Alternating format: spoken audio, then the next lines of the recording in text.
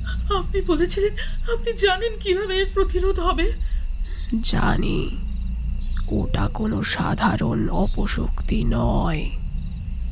ও তোর ভেতরে নিজেকে তিলে তিলে বড় করে চলেছে। একদিন ও তোর শরীরের দখল নেবে, আর তুই চিরকালের জন্য অন্ধকারের গভীরে হারিয়ে যাবি। তাহলে উপায় কি? ওকে মারবো কি করে? মারবি না, মারতে গেলে তুইও শেষ হয়ে যাবি। ও তোর দুর্বলতা নয়, ও তোর ভাঙা সময়ের পাহারাদার। তাহলে উদ্ধারের পথ কি? 3টে কাজ করতে হবে। প্রথমত, অপশক্তিকে ধ্বংস নয়, বরং বন্ধন করতে হবে। তোকে স্বীকার করতে হবে যে তুই দুর্বল ছিলি, কিন্তু এখন তুই নিজের শক্তিকে চিনেছিস। দ্বিতীয়ত, নিজের ভেতরের ভালোবাসা দিয়ে ওই অশুভ শক্তিকে নিয়ন্ত্রণ করতে হবে। আর তৃতীয়ত, তোর আর অপশক্তির মিলিত শক্তিকে ব্যবহার করেই ওই অন্তর্জাল তার চিরতরে বন্ধ করতে হবে। রাধামা নিজের গলা থেকে একটি কৃষ্ণ হলুদ রঙের মালা খুলে সুপর্ণাকে পরিয়ে দিলেন। এই নে, এই মালাটা রাখ। এই মালা ওই অপবিত্র আত্মার শক্তি বাড়তে দেবে না। তবে দরজা বন্ধ করার দায়িত্ব তোর ভালোবাসার। পবিত্র ও অপবিত্র আত্মা উভয় শক্তিকে একত্র করলে তবেই তা সম্ভব। দিদি, তুমি পারবে তো? পারতে আমাকে হবেই। এবার শয়তানটা আমাকে নয়, আমি ওকে নিয়ন্ত্রণ করব। আমি ইন্দ্রকে ফিরিয়ে আনবই। মনে রাখিস মা, অন্তর্জাল তার খুলেছে পবিত্রতা ও অপবিত্রতার ভেদাভেদ খোঁজাতে, কিন্তু ওটা বন্ধ হবে কেবল অকৃত্রিম ভালোবাসার শক্তিতে। তারা 3জনে যখন ঘর থেকে বেরিয়ে এলো, প্রধানমশাই শেষ মুহূর্তে শুনলেন রাধামা আপন মনে বিড়বিড় করছেন, তুই পারবি, তুই পারবি। 150 বছর ধরে এই মুক্তির জন্য অপেক্ষা করছি আমি। এবার আমার শান্তি। প্রধানমশাই কিছুই বুঝতে পারলেন না। নিখিল তাকে তাড়া দিলে তিনি সংবিত ফিরে পেলেন। এদিকে নন্দনবাড়িতে তীব্র নীরবতা। কুয়াশায় ঘেরা পরিবেশে অন্তর্জাল দরজার ঠিক সামনে তন্ত্রবেদিতে বসে আচার্য মশাই ধ্যানমগ্ন আছেন। সামনে একটি মন্ত্রকুণ্ডলী, যেখানে অজস্র অজানা চিহ্ন অঙ্কিত। পাশেই হাত জোড় করে আসনে বসে বসু। আচার্য অনুভব করলেন তার অন্তরাত্মা আর তার শরীর ধীরে ধীরে আলাদা হয়ে যাচ্ছে। ঠিক তখনই এক অগ্নিবর্ণ রেখা দেখা দেয়। উপরে আলো, নিচে ছায়া। স্থিতপ্রজ্ঞ, তুই যা খুঁজছিস তা জ্ঞান নয়, তা বিচার। প্রণাম দেবী, আমাকে পথ দেখান দেবী। বলুন, অন্তর্জাল দ্বার যেটা আত্মারা পারাপার হয়, তার জন্ম কিভাবে? স্বর্গ তৈরি হওয়ার আগে, নরক তৈরি হওয়ার আগেই আত্মারা ছিল দিশাহীন।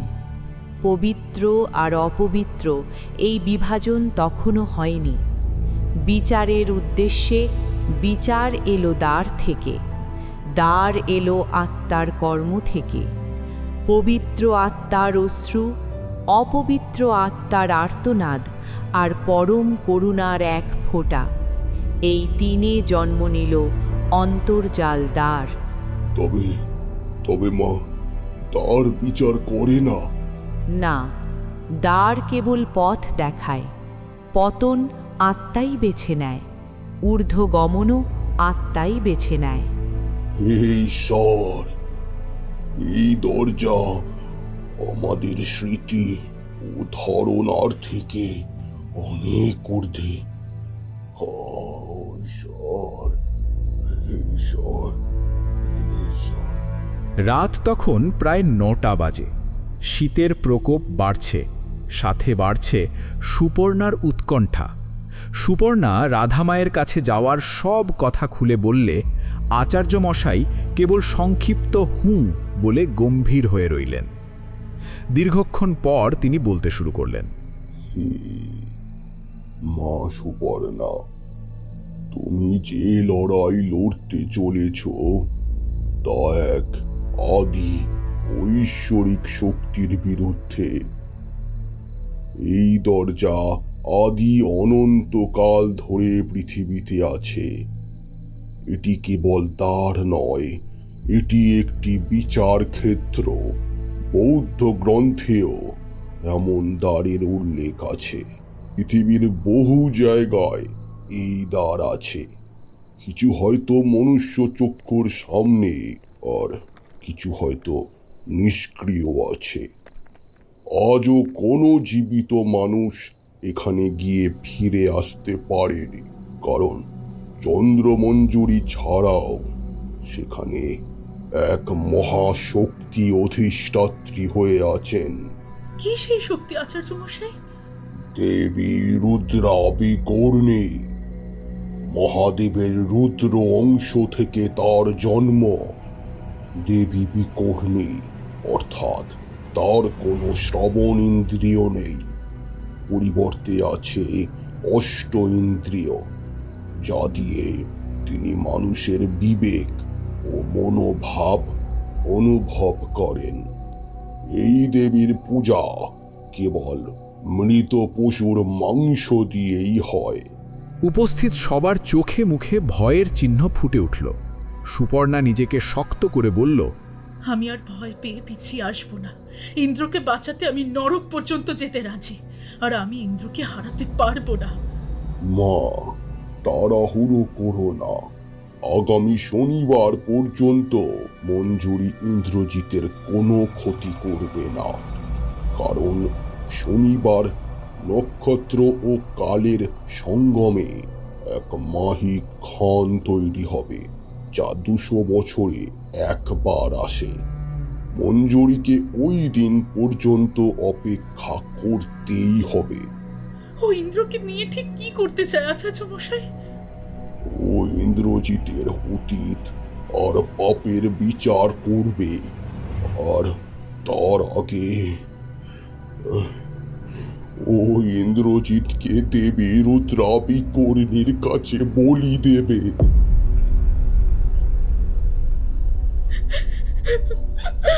এর থেকে আমাদের আলাদা হওয়াই উচিত ছিল। অন্তত মেয়েটা তো তোর বাবার কাছে ভালো থাকতো। এখন আমি কি করবো আচার্য মশাই, আপনি বলুন। আচার্য মশাই তাকে শান্ত করে বললেন যে হাতে মাত্র 2 দিন সময় আছে, তাকে একবার কলকাতা যেতে হবে, এবং প্রধান মশাই ও নিখিলকে কিছু প্রয়োজনীয় সামগ্রী সংগ্রহের দায়িত্ব দিলেন। বসুকে দেওয়া হলো সবচেয়ে কঠিন দায়িত্ব, মঞ্জুরির সেই প্রেমিকের বংশধরকে খুঁজে বের করা। মা, আমাকে ক্ষমা করো। আমি তোমার সাথে ওই দরজার ভিতরে যেতে পারবো না। আমাকে বাইরে থেকে পাহারা দিতে হবে, যাতে কোনো অপশক্তি বিঘ্ন না ঘটায়। আর ওই কুয়োর ভেতরে প্রবেশের জন্য তুমি শ্রেষ্ঠ ব্যক্তি। রাধা আর আপনি দুজনেই এক কথা বলেছেন, কেন আচার্য মশাই? কারণ শনিবার যখন বিচার হবে, তখন ইন্দ্রজিৎ হবে পাপী, আর মঞ্জুরি হবে পবিত্র ভালোবাসার আত্মা। দেবী রুদ্রা বিকর্ণীর চোখ খোলার আগেই এই দরজা বন্ধ করতে হবে। তোমার মধ্যেই একমাত্র শয়তানের অপবিত্র অংশ আর স্বামী সন্তানের প্রতি পবিত্র ভালোবাসা উভয়ই বর্তমান। এই মিশ্র শক্তিই পারবে দেবীর ক্রোধ শান্ত করে দরজা চিরতরে বন্ধ করতে এই 2 দিন ভগবানকে ডাকো মা, যেন আমি যা যা অনুমান করছি সব কিছু যেন সেভাবেই হয়। পরের 2 দিন চলল যুদ্ধের প্রস্তুতি। বসু বীরভূমের এক নিভৃত গ্রামে সেই গোয়ালা ছেলের বংশধরকে খুঁজে পেলেন। সেই বংশধর ব্যক্তিটি বসুর মুখে সব কথা শুনে অবাক হয়ে চাইলেন। বংশধরটি বললেন, নিশ্চয়ই যাব। 5 বছর আগে নাকি এক অন্ধ ভিখারি মা তাদের বাড়ি এসে বলেছিলেন, একদিন তোদের পূর্বপুরুষের মুক্তির পথ তোদের দুয়ারে আসবে, সেদিন সেটি ফিরিয়ে দিস না বাবা, তাহলে ঘোর অমঙ্গল হবে। বসু কিছুটা অবাক হলেও শুধু হ্যাঁ বলে বংশধরকে নিয়ে রওনা হল। অন্তর্জাল দরজার ওপারে ইন্দ্রজিতের কাছে সময় তার গতি হারিয়েছে। সে অনুভব করল সে বন্দী, অথচ কোনো শিকল নেই। মুক্তি বা ধ্বংস সবই এখন সময়ের ওপর নির্ভর করছে। তারপর এলো সেই দিন, শনিবার। এ যেন এক ভয়ঙ্কর রাত। দেবতারাও হয়তো স্বর্গ থেকে নিচে নামতে ভয় পাবে এই কুৎসিত অমাবস্যার রাতটি দেখে। আজ এক অসাধ্য সাধন করতে চলেছে এক সাধারণ ঘরের মেয়ে সুপর্ণা। কে জিতবে এই লড়াইয়ে? প্রকৃতি ও নিয়তি কার সঙ্গ দেবে? লড়াইটা এখন শুধু 2 শক্তির নয়, লড়াইটা 2 ত্যাগের। একদিকে সুপর্ণা, যে ভালোবাসার টানে নিজের সন্তান আর ইন্দ্রজিতের থেকে প্রতি মুহূর্তে দূরে থেকে নিজেকে দগ্ধ করেছে কেবল তাদের আড়াল করতে। আর অন্যদিকে চন্দ্রমঞ্জুরি, যে 150 বছর ধরে এক অতৃপ্ত ভালোবাসার আগুনে পুড়ে পাথর হয়ে আছে। একদিকে মাতৃত্ব আর কর্তব্যের পবিত্রতা, অন্যদিকে 1.5 শতাব্দী প্রাচীন এক তীব্র আকুতি। শেষমেশ কে জিতবে? সুপর্ণার আত্মত্যাগ নাকি চন্দ্রমঞ্জুরির দীর্ঘ প্রতীক্ষা? কার ভালোবাসার প্রতীক্ষা জিতবে? আচার্য স্থিতপ্রজ্ঞ মশাই মনে মনে প্রতিজ্ঞা করেছেন, আজ সফল না হলে 2টি প্রেম প্রতিফলক আত্মার চির সমাধি ঘটবে। নিখিল ও প্রধান মশাই আচার্যের কথা মতো সমস্ত সামগ্রী এনেছেন। নন্দনবাড়ির পশ্চিমে হোম কুণ্ডলী সাজানো হয়েছে, যেখানে আজ থেকে 150 বছর আগে শয়ে শয়ে তান্ত্রিকের সমবেত মন্ত্রোচ্চারণ এই পরিবেশকে এক দুর্ভেদ্য মায়াজালে আচ্ছন্ন করে রাখত। সেখানে আজ শুধু একজন নিঃসঙ্গ আচার্য স্থিতপ্রজ্ঞ নন্দনবাড়ির বুকে মন্ত্রের কঠিন রেখা এঁকে যাচ্ছেন। তার মুখনিসৃত প্রতিটি শব্দ যেন এক একটি তপ্ত তীরের মতো ছুটে গিয়ে নন্দনবাড়ির পাথুরে দেওয়ালে আঘাত করছে, আর সেই প্রতিধ্বনি দেওয়ালে দেওয়ালে ধাক্কা খেয়ে দ্বিগুণ শক্তিতে ফিরে আসছে। আচার্য তর্জনী ও অনামিকা সংযোগে কপালে এক মুদ্রা স্থাপন করলেন এবং মাটিতে তৈরি করলেন তন্ত্রচক্র তথা রক্ষা বলয়। ওং ঐং হ্রিং ক্লিং ত্রিকণরূপায় নমঃ। ভূত প্রেত পিশাচানাং গতির্বর্ধায় স্বাহা। নিখিল ও প্রধান মশাই হতভম্বের মতো তাকিয়ে আছে আচার্যের দিকে। পাশে বসে সুপর্ণা ও সেই গোয়ালার বংশধরটি। আচার্যের এক পাশে তর্পণের পিণ্ড, অন্য পাশে কাঁচা সামগ্রী ও মরা পশুর মাংস। আকাশের রং এখন রক্তবর্ণ।